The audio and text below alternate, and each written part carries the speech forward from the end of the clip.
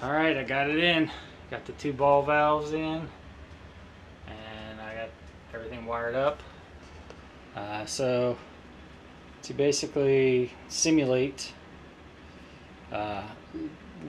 when the humidity falls below 35% in the house, this automation will trigger and it'll do this.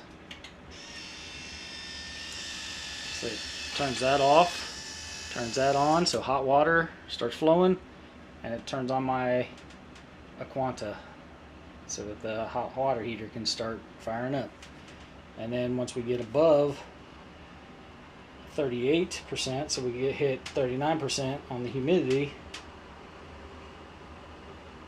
this one will run. So that one turns off, that one turns on to let the cold water go through, and that turns off. It's as simple as that. Boom.